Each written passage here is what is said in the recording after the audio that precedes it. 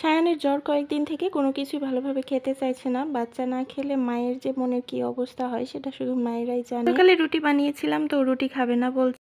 তাই ফ্রাই প্যানে সামান্য একটু বাটার দিয়ে সেখানে একটু পেঁয়াজ আর একটু টমেটো নিয়ে একটু সামান্য একটু ভেজে নিচ্ছি। এরপরে একটা ডিমের মধ্যে একটু লবণ আর একটু গোলমরিচ গুঁড়া দিয়ে ফেটিয়ে নিলাম ভালোভাবে। এবার সেই ভাজা পেঁয়াজ আর টমেটোর মধ্যে ডিমটা দিয়ে দিলাম। আর ডিমটার একটু হয়ে আসলে এর উপর একটা রুটি রেখে ঢাকনা দিয়ে ঢেকে দিলাম। ডিমটা যখন পারফেক্টলি হয়ে গিয়েছে সেই সময় উল্টে নিয়ে এর উপরে একটু সামান্য সস দিয়ে দিচ্ছি। উপর থেকে একটু চিজ গ্রেট করে দিলাম আর সবশেষে একটু ধনেপাতা ছিটিয়ে আরও কিছুক্ষণ ঢাকনা দিয়ে ঢেকে রেখে দিলাম।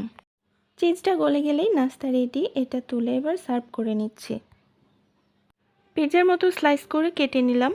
এটা আমি রিলসে দেখে শিখেছি, তবে রিলসের কাঁচা ডিমের উপরে কাঁচা রুটি দিয়ে দিয়েছিল, তো আমি একদম রুটি বানিয়ে সেটা দিয়েছি। আগের দিনের একটা কেক ছিল, সেটা যদি খাই তো খাবে এজন্য দিয়েছি।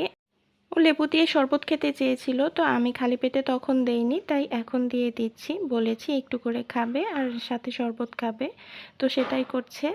রুটি দিয়ে এই নাস্তার আইডিয়াটা কেমন লেগেছে অবশ্যই জানাবেন। সায়ানের জন্য দোয়া করবেন। সবাই ভালো থাকবেন। আল্লাহ হাফেজ।